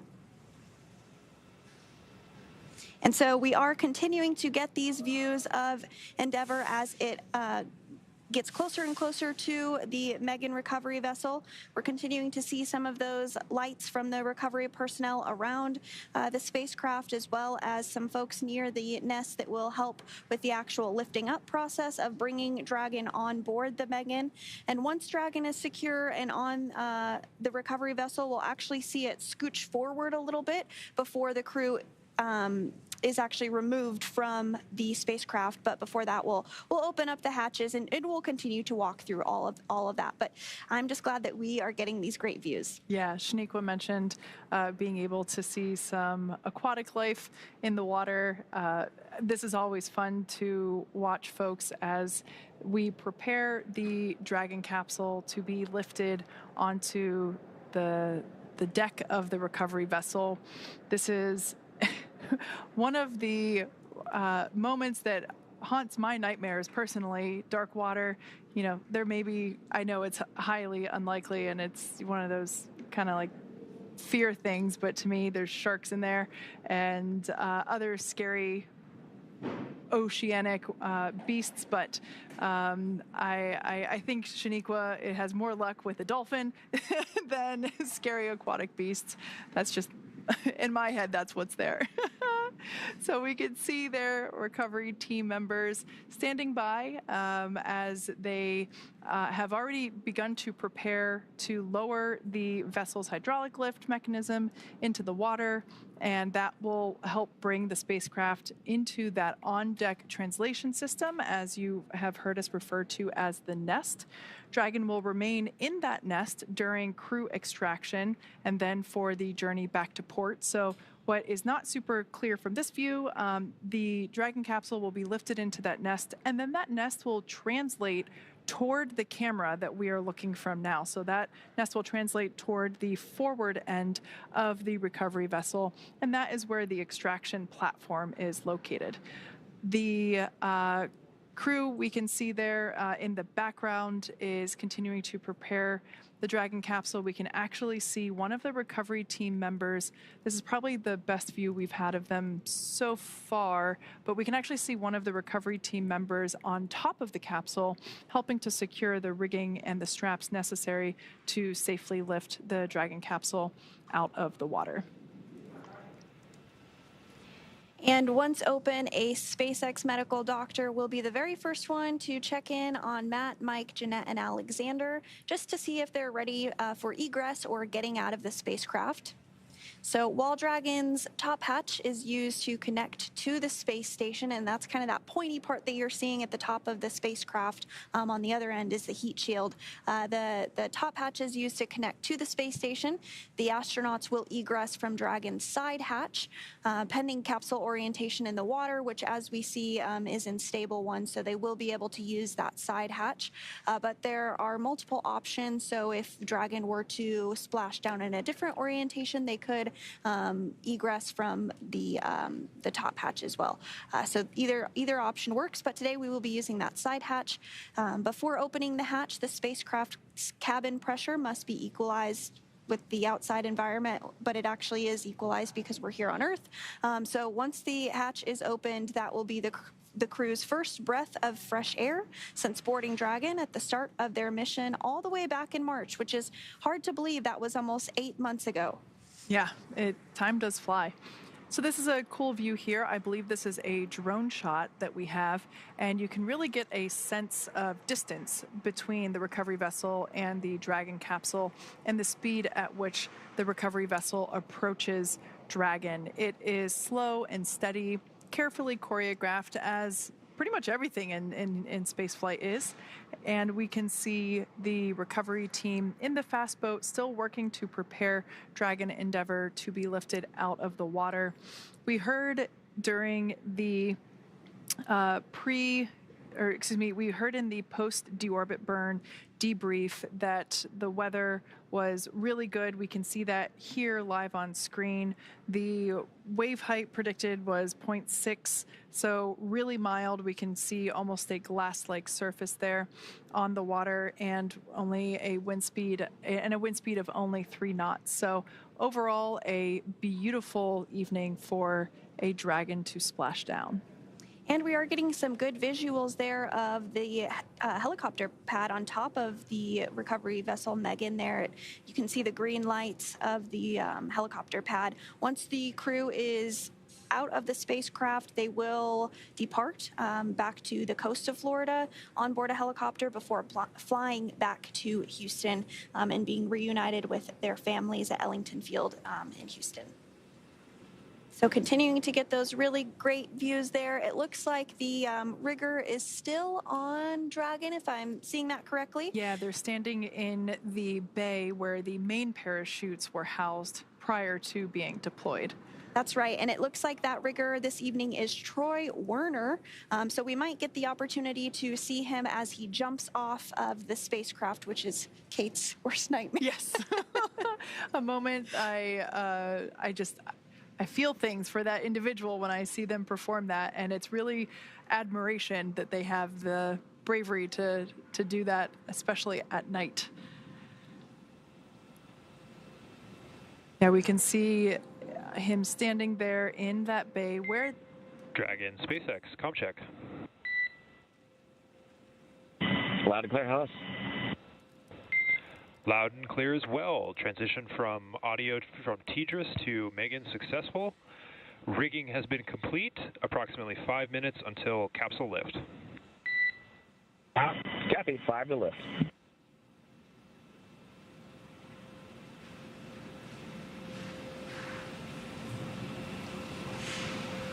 Great news there, just giving the crew an anticipated timeline for the remainder of the recovery preparations.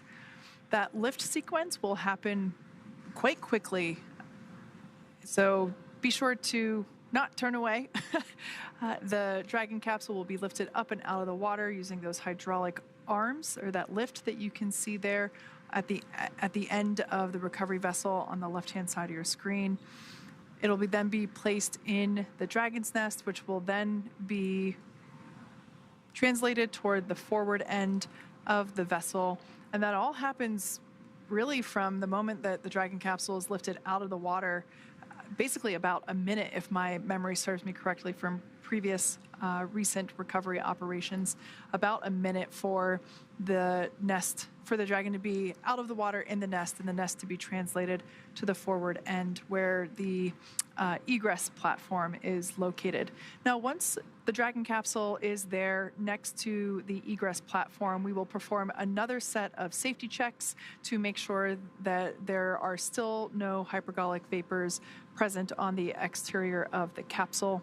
So we'll do another one of those before allowing the team to open the side hatch. We can see the rigger there now atop the Dragon capsule. I wonder if they have the opportunity to kind of put their hand down there and wave. That is the side of the capsule where, oh, there they go, into the water. Dragon, brace for capsule lift. Dragon.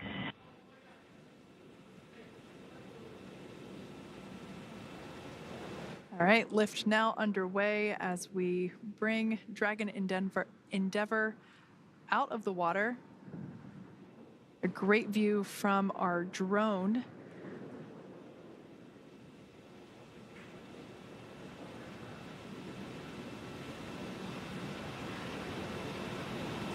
We can see the capsule now making its way toward the Dragon's nest, and there's a good view of that Egress platform, so you get a better sense of how far that translation is.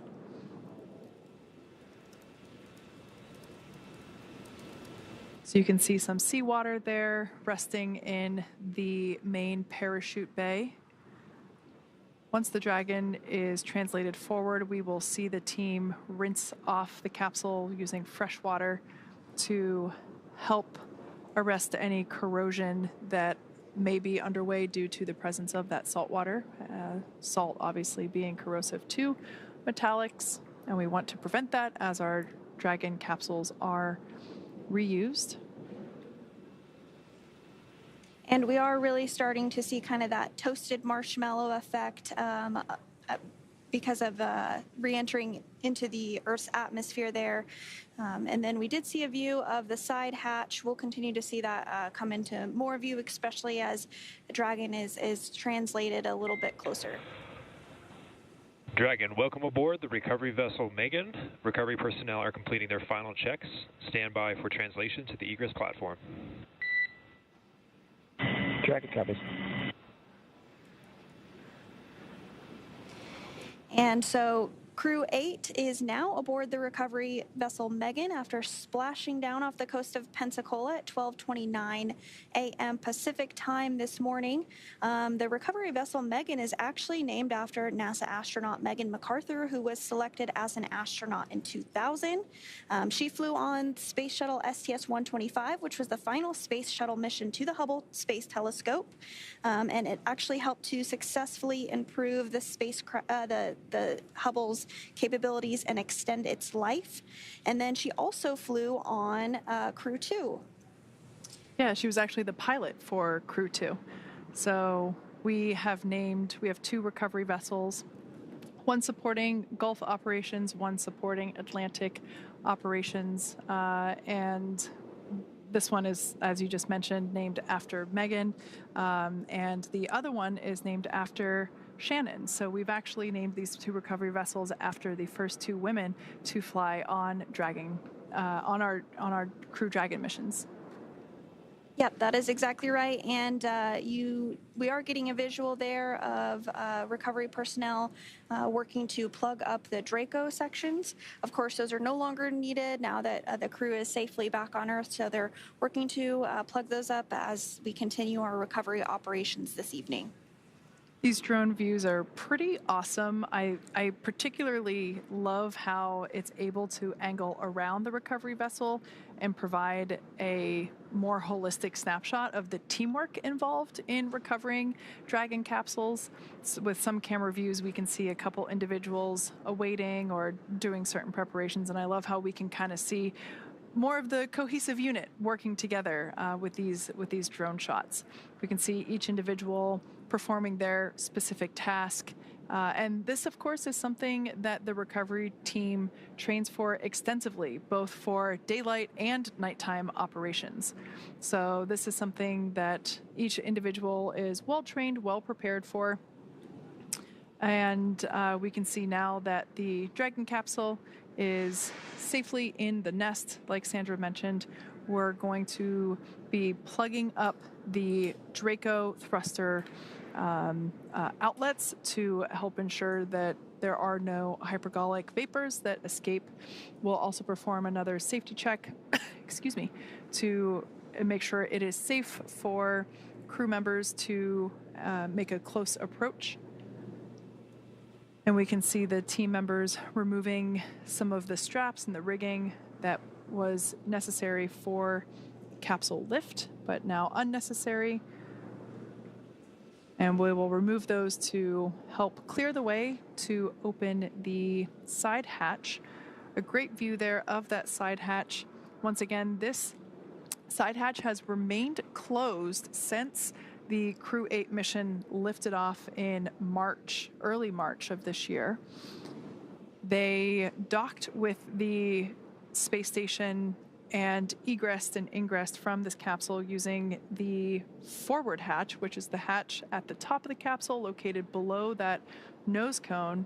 So the side hatch was never used while it was in space. So this will be the first time that that side hatch will be reopened since liftoff, and this will be the first breath of fresh air that the crew will have since lifting off, like you said, almost 8 months ago. Yeah, that liftoff did take place on Sunday, March 3rd, and Crew8 docked the following day on March 5th. Now, Crew8 actually docked to the Harmony forward port, but throughout their mission, they did complete a port relocation, which is essentially moving the spacecraft from one port to another. And we are getting a really great view of Dragon as it is translated closer ahead of those recovery operations and opening up the hatch. Really spectacular view to see that. Now, one thing I want to mention before we see the crew egress, it is important to note that Matthew, Michael, Jeanette, and Alexander will be getting assistance as they exit or egress from the capsule. They will be getting assistance from... Stand by for side hatch opening and egress. Dragon.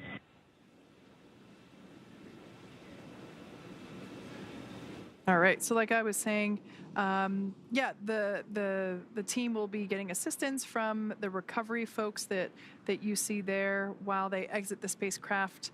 This is the same process for any returning long duration crew members, as returning to a gravity environment can, wreak havoc with our vestibular system, and which is responsible for maintaining balance and motion.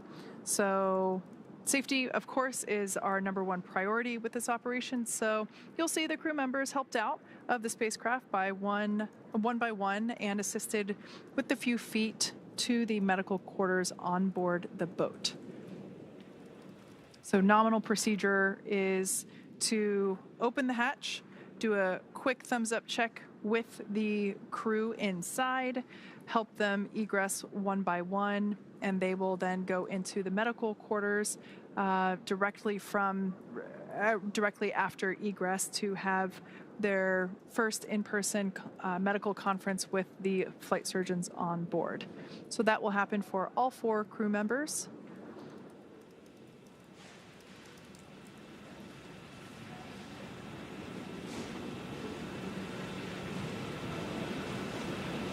Now, something you see there on the right-hand side of the egress platform, it is a rounded square. It's that white structure there off to the side. That is a piece of protective equipment that we will install once the side hatch is open. That will help protect the edges of the side hatch, help protect the seal, and also help protect the spacesuits and the crew members as they egress from the capsule. Now, the crew will keep their helmets on, but they will flip their visors up. Side hatch opening in progress. Dragon.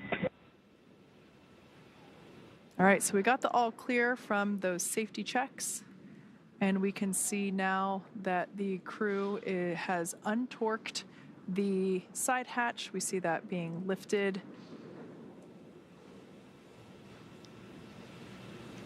We can see that protective piece being put in place.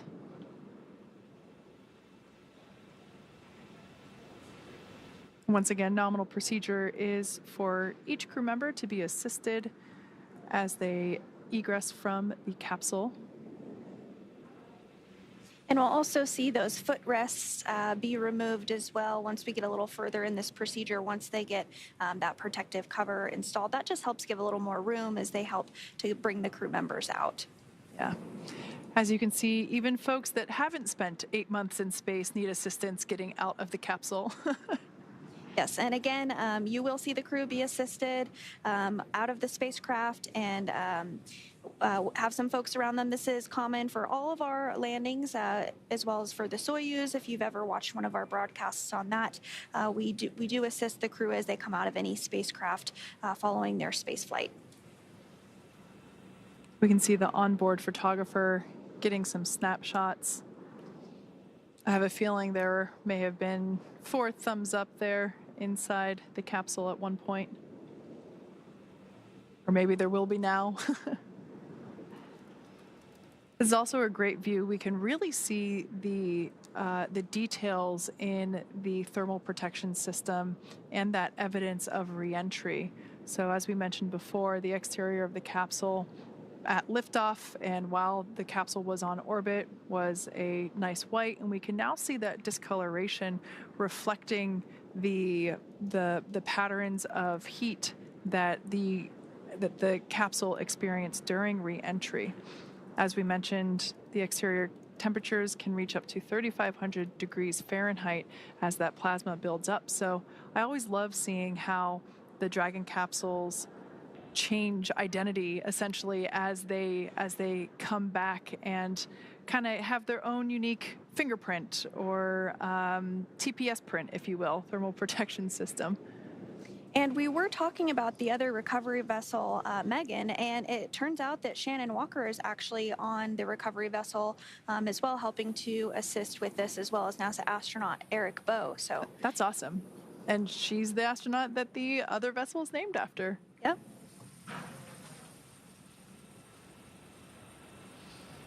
So we can see the recovery team continuing to place the assistive and protective pieces around the capsule. Like Sandra mentioned, we'll see those footrests come out. That helps provide a little bit more moving space for the team to assist the astronauts as they egress.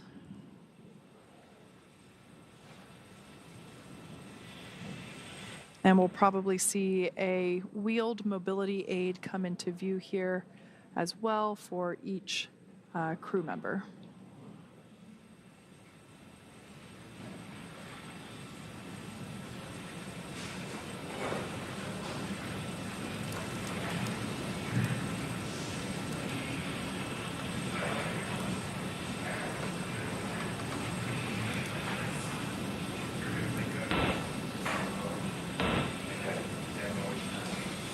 So if you are just joining us this evening, Crew 8 has splashed down off the coast of Pensacola, Florida at 12:29 a.m., ending their 235 days in space. They have been successfully recovered from the water and hoisted up onto the recovery vessel Megan, and they are now working to get removed from the side hatch there that you see on your screen, which is now open. We have recovery personnel that are partially inside the capsule now, just doing a quick check-in with the crew before their extraction. Again, you do start to see some of that recovery equipment being wheeled off to the side there. That is completely normal and expected. We do this for all of our returning crew members after their space flight, so you will see them be assisted onto that before they are wheeled away to do some additional medical checks before boarding a helicopter and flying back to Houston, rather back to the coast of Florida before they fly on a NASA plane to Houston to be reunited with their loved ones at Ellington Field. Something I want to point out while we have this particular camera angle, we can see the window, the crew window there, kind of frosted over due to the effects of that high heating during re-entry. That is the side where Jeanette Epps is seated. Now, above that window, you see basically looks like this circular hole, and that is actually one of two bays, if you will, where the drogues are fitted into. So there's one on each side, as there are two drogue parachutes. And you can also see around the side of the hatch where the lines that connect the drogue parachutes to the main parachutes, you can see how those run around the edge of the side hatch as well. So kind of a cool view to show some of the re-entry systems, or excuse me, the re-entry and splashdown systems used for our astronaut return. And it looks like we are starting to see the first crew member be extracted. I'm not sure if that will be Commander Matt Dominic or Mike Barrett, but it is typically one of those middle seats because they're easiest to reach.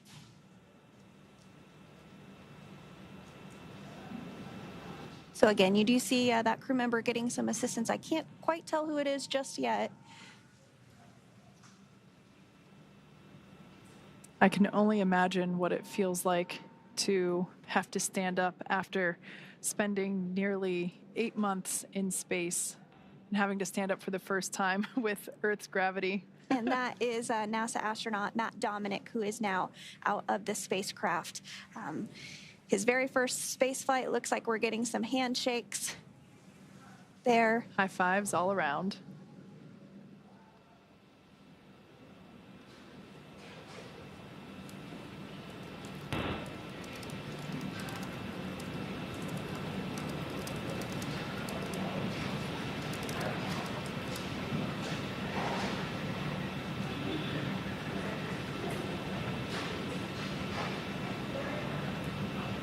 For those that have just recently joined us, you can see that the Dragon capsule carrying our crew 8 members has successfully splashed down and been recovered from the splashdown site off the coast of Pensacola, Florida.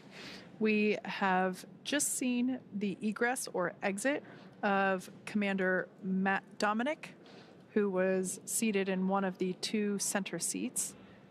We can see, so we're standing by for the egress of the other 3 crew members.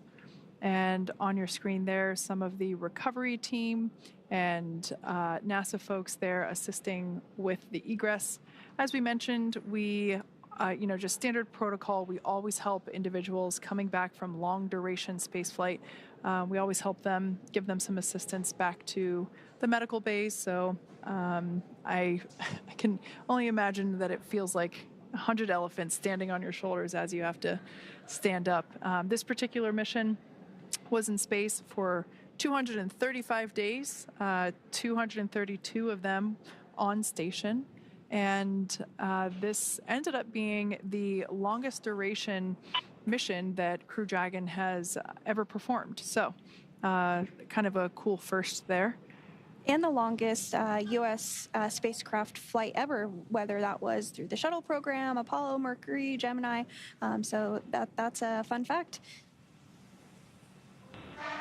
And so it looks like they're working now to extract the next crew member. So we'll stand by to to see who it is, but I do expect that it would be NASA astronaut Mike Barrett. But we'll confirm that just momentarily.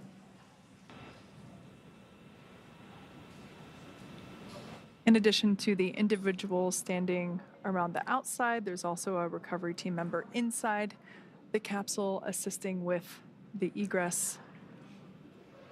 And that is NASA astronaut Mike Barrett. This is he is the veteran on this space flight. The other 3 flyers on board Crew 8 were all rookies.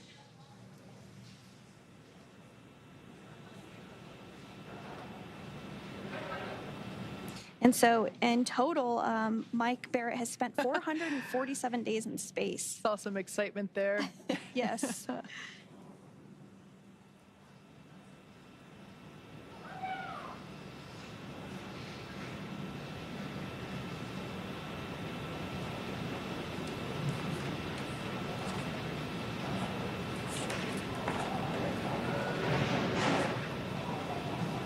So remaining inside Endeavour is NASA astronaut Jeanette Epps, as well as Roscosmos cosmonaut Alexander Gurbankin.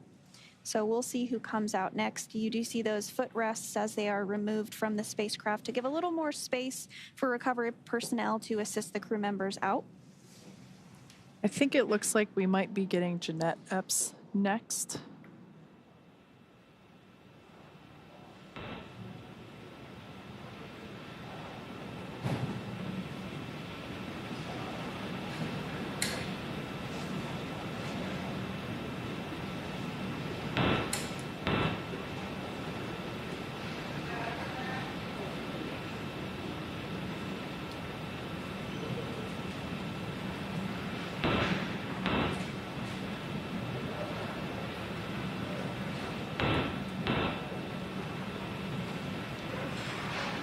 So they're continuing to work to get the next crew member out, and you can really see there's quite a few folks on the recovery vessel. It just really speaks to all those that are involved with helping to make a mission successful. It's the recovery boat personnel, the folks in Mission Control Hawthorne and in Houston, as well as all around the world, those that support the International Space Station. It really is a huge team effort to have a successful mission like this. And in fact, there's 44 people on the recovery vessel, Megan, to help support tonight's splashdown.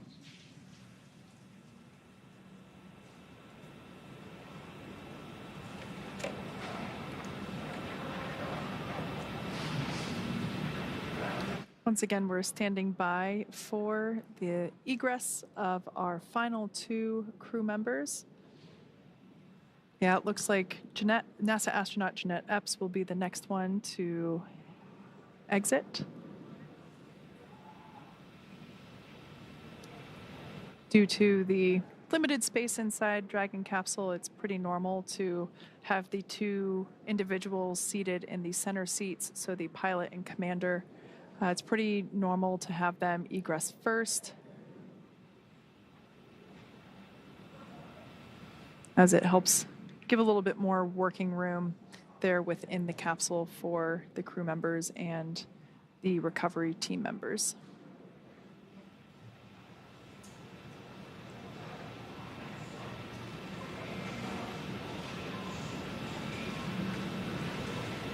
And I do believe that is NASA astronaut Jeanette Epps who is next out.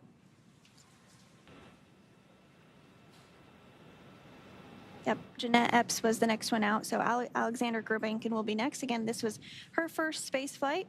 Some quick waves. Round of applause.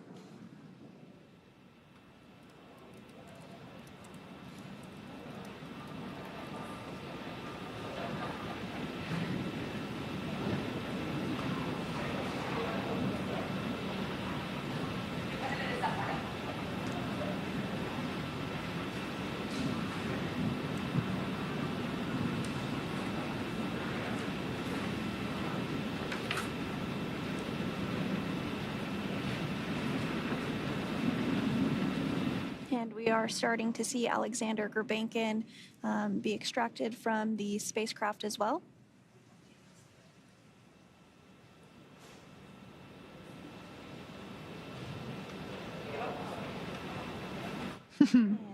Some thumbs up.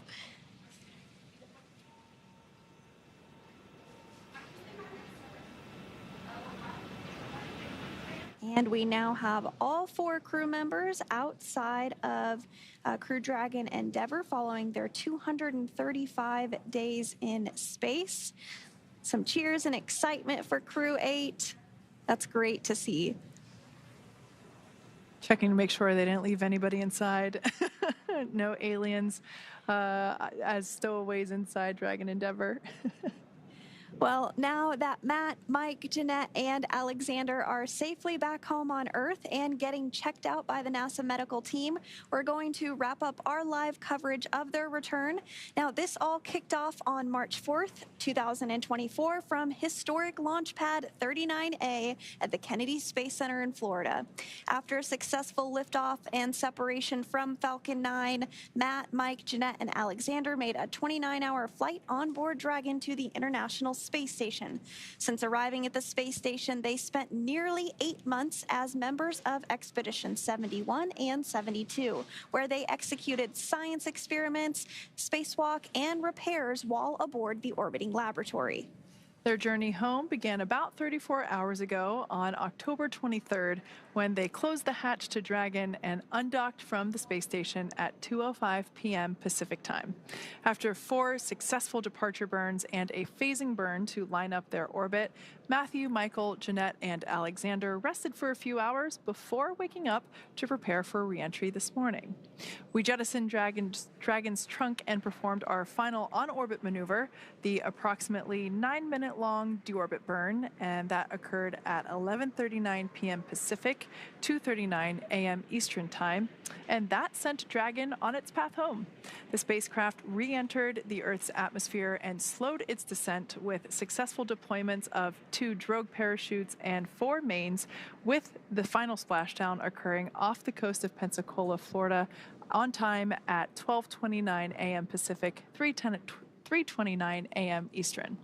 Following that successful splashdown, we saw SpaceX recovery experts move in quickly and prepare Dragon Endeavour for its lift into the recovery vessel. And just a little less than an hour following splashdown, we saw Matthew, Michael, Jeanette, and Alexander make their way out of Dragon and into the recovery ship's medical facilities safe and sound. Next up, they'll catch a helicopter flight back to shore where they'll transfer to aircraft that will take them home. The astronauts will take a NASA plane for the short flight back to Houston, and then they'll be reunited with their friends and family, bringing an end to this mission. It has been an honor and a privilege, the greatest privilege of my life, to get to share their journey with all of you as we continue this new era in human spaceflight. Return today marks the end of the direct handover that we executed after successfully launching the Crew 9 mission to the space station on September 28th. Now, thank you, as always, for joining us for tonight's coverage of the splashdown of Crew 8. Remember to follow SpaceX on X and NASA online and on social media for updates for the very latest on crew and cargo flights to and from the International Space Station. And we'll continue to share the progress of Matt, Mike, Jeanette, and Alexander on social media as they travel back home. We also do have our post-splashdown media telecon coming up at 2 a.m. Pacific, 5 a.m. Eastern Time this morning, where leadership will share a final update as we conclude this successful mission. So from all of us at NASA and SpaceX, it has been great to support this mission. Welcome home, Crew 8. So long.